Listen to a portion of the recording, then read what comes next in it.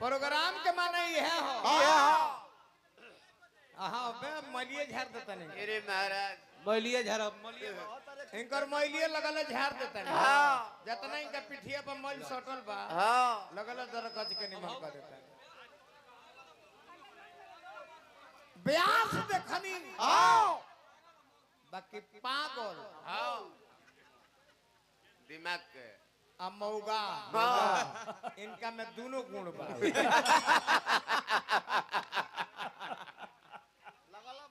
इनका उजा गइल बा अब एगो खजड़ी उठा के झूठऊ के बजावत रे हौ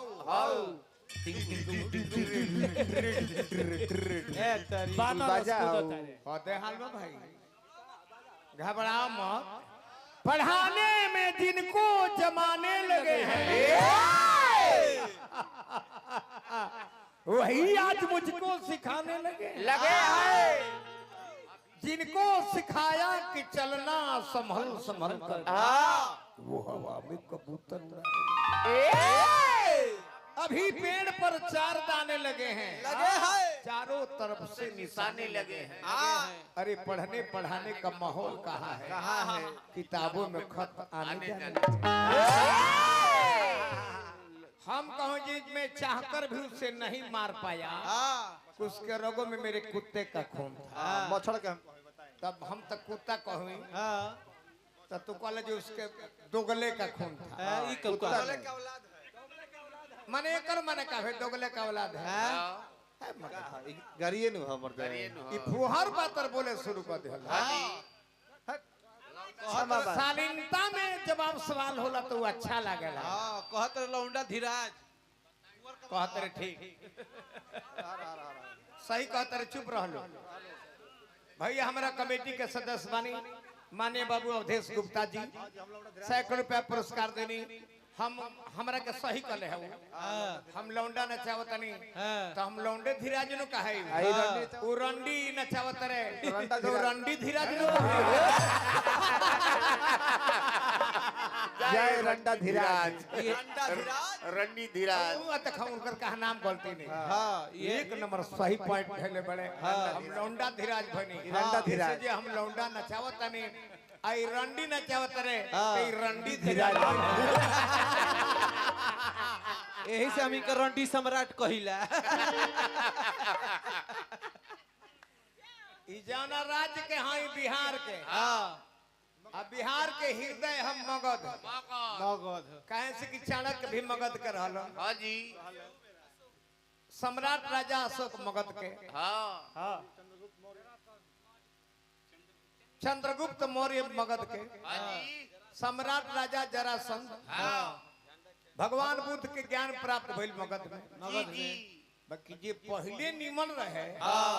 वो आज बाउर हो गई वो कैसे कैसे परमार दे दी परमार देखनी हां ए बेरा देखो ए बेरा हम काजी बिना पानी के नदी ई कौन नदी है त फाल्गु का रे ते करे में पानी है एको ठो कोड़े के बिना पानी के नदी बिना पेड़ के पहाड़ एगो पेड़ पर पहाड़ पर पेड़ नहीं ना आ बिना माथा के आदमी इनके हर चौराहा पर 4 गो गधा चलत है सोन नदी पार करब नु तो अरवल पड़ेला ओ जे जाई मड़वा पनु चौराहा पर 4 गो गधा रोज छूटा रहले ओ जो से आगे बढ़ जाए जहानाबाद वाली रोड में किंजर ओ जो 4 गो गधा हतना घर औरंगाबाद वाली रोड में जाए ओबरा ओ जो 4 गो गधा तो हम कहनी कि बाबू खाली गधा है हमेशा खाली हतना गर्मी पड़ता रो घरे करे पंखा मत चलाइबे आज ठंडा लगता आई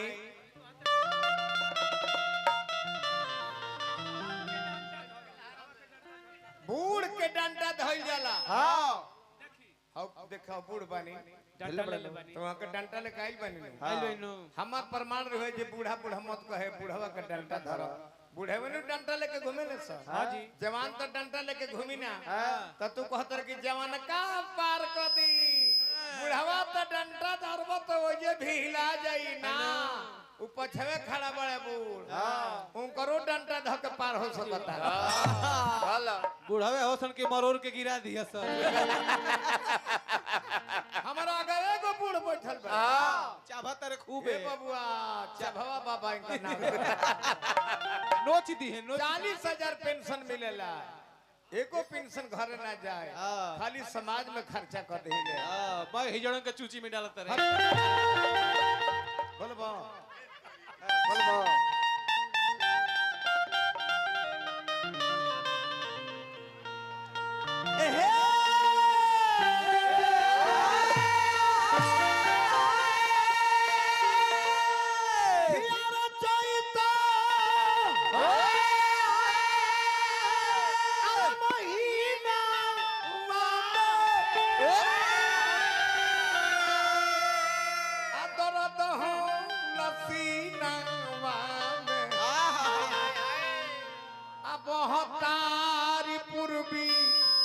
भाई भाई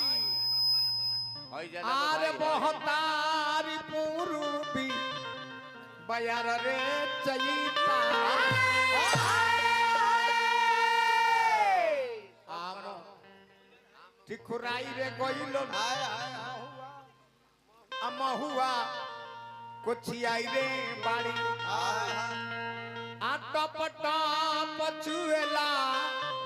रसधार हो चाहिए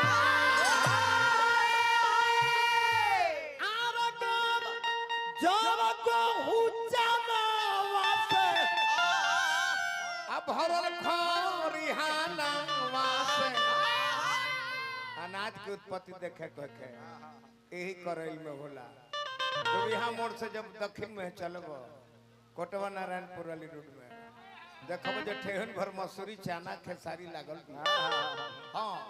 बताई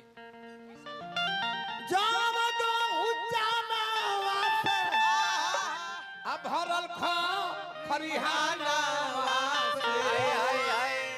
चैता गावे गाँव के किसान रे चैता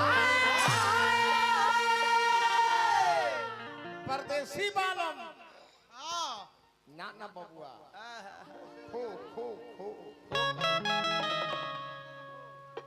परदेश काग कौआ जब बड़री पे उछरे लग आ खेत में से अनाज घरे ना गई रहेला आ काग कौआ के बोली सुन के बिरहन जनबाली बिरहन जनबाड़ी बाड़ी कौआ से कह तरीका एक कौआ कौआ हो एक करियवा कौआ तनी हने सुना ना कहा उचरा तर तनी हमरा आंगनवा में बिचरा तनी एगो काम कर हमरा राजा जी के संदेश ले ले अब ना एक कौआ एक कौआ हमने राजा जी के संदेश लेके आई बनू तो जान तेरे तारा के का करे सोना के कटोरी में सोना के चम्मच से तरह के दूध भात सान के खियाए इहे लेना एक कौआ जब संदेश लेके आ जे बनू तो सुना तार थोड़वा सोना के बनवा देबे सही सही सही हेलो थोड़ा बेस हो गई बा एकरा में तनी नेचर से टोन बना सुनो हिलादारी हेलो चेक और थोड़ा मेन बढ़ाइए मेन में लेवल बढ़ा के तब टोन बनाओ देखी एक कुंवर कट हो खाली एक लय में गावे वाला गीत बड़े हमने को चीज ना है जा खो कौआ खो लाल वाली खो कौआ खो लाल वाली खो अरे पिया के दे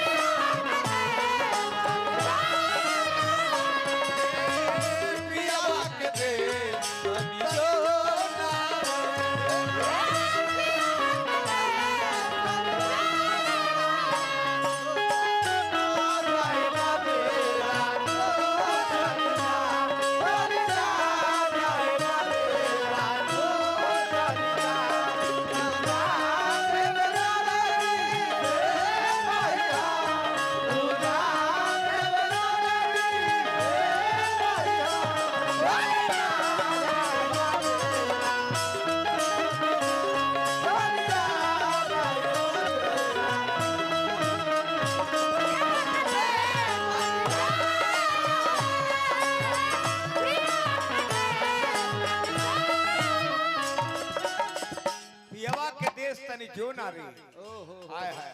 हाय हाय हाय जाके उनका से कह दी हो हां का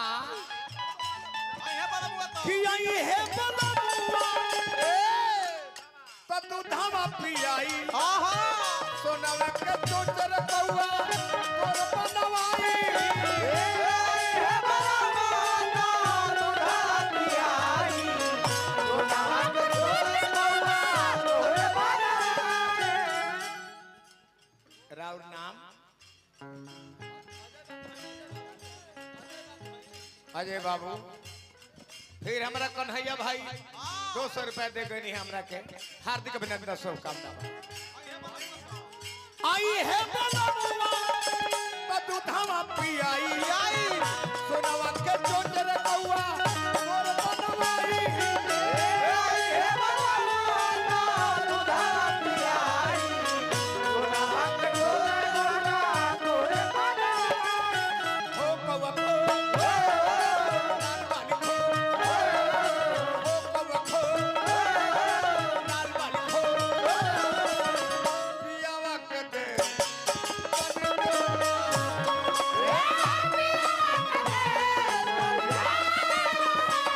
पियावा के दे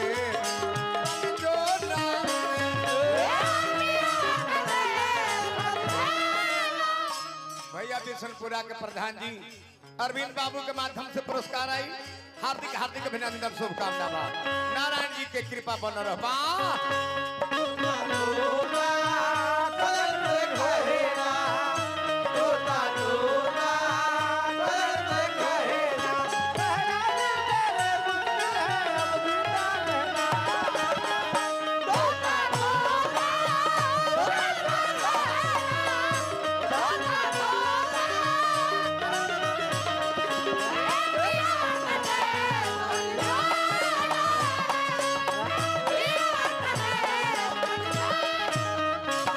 भैया हमारे राय जी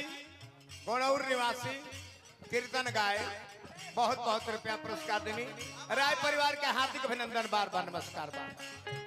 है ठोक दिलो ढीला करो भैया के चलन तक काम का बड़ाई कोई हम की तो काम कर बढ़ाई गाय बोल गाय को तारा बनते कसाई ए भाई हम चला ना बड़ाई गाय गोध तारा भाई हमार कृष्णा यादव मंटू यादव जी के सजा पुरस्कार आई भाई लोग के हार्दिक अभिनंदन शुभकामना बा हाँ हाँ जान गए नहीं और सही रुपया भाड़ा था ऐसे रुपया खाली हमने के बक्सर क्षेत्र में मिलेला कहियो की आज बक्सरों से निमन प्रोग्राम में पैसा मिल अरे रहा बा। महाराज बक्सर से निमन पैसा मिल रहा बा धन्यवाद ये प्रोग्राम के रचयिता के ये श्रोता समाज के हार्दिक हार्दिक अभिनंदन शुभकामना बा गावे से पहले मुंह देखा अपन शीशा में मरते हम कहिले बार बार कि सुनो जब गौनाई गावे आवत तारो चाहे गावत तारो हां त अपन मुंह शीशा में देखी लो देखो कैसन बा बुझाला कि ना यहाँ तक सुअर का ई मुद्रा पछाड़ दोष ह। लावड़ा एकरा के मुद्रा दोष कहल जाला ओ घरे बुझाते कि तू लावड़ा सुर हो बुझाता सुअर मुत देले सच कहता है कहियो की चला ना तो कोई हक चला काम कर बढ़ाई गाय बोल गाय बध करत तारो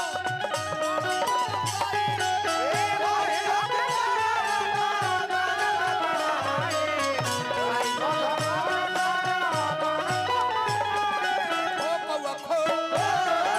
लाल बाली खो ओ कौआ खो लाल बाली खो पियावा के दे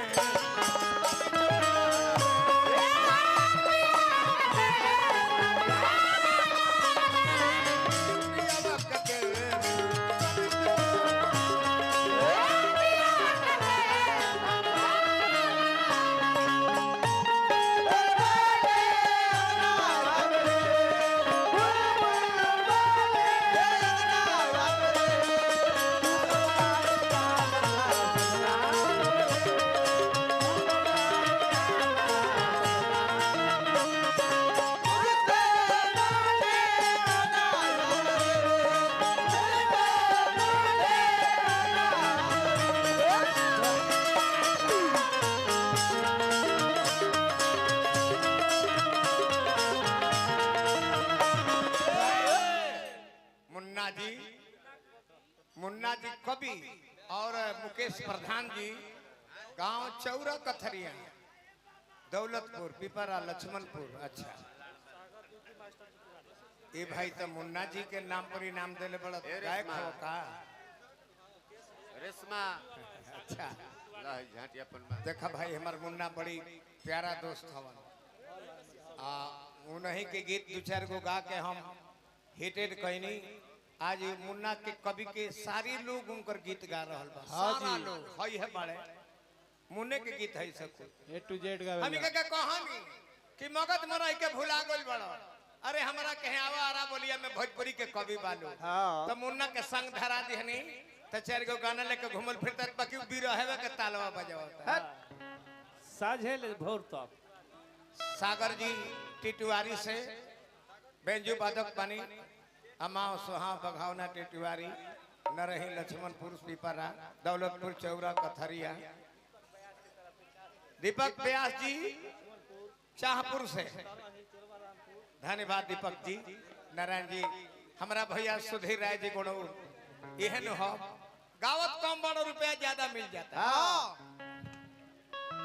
और एसएचओ साहब एसएचओ साहब तनी हमरा पर ध्यान दी। अगर भोजपुरी बोले वाला होखब तो हमरा लय अनुमान करो जो हम गाओ तनी त का इहू हेलो ये गई है ना ना गा सके। और बाजी कि कोई हक पार के सलाई मारो में धैर्य रहलो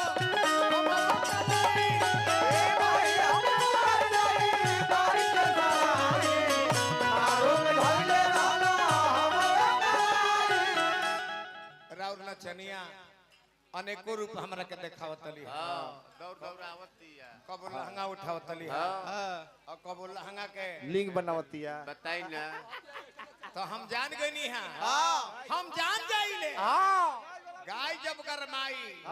तो साढ़े पर चढ़े काल हुए के जब माथ साढ़ पर चढ़ गई तो जान जाई गाय गरम बिया। अगर तारा बस के होखे तो दो ना तो सिम डलवा दो। काल हुए के हम माथ हो गइल बा काल हुए के माथ में और बाजी कोई हक पर जाई मार के चलाई मानो में धैर्य रहलो हमरो कलाई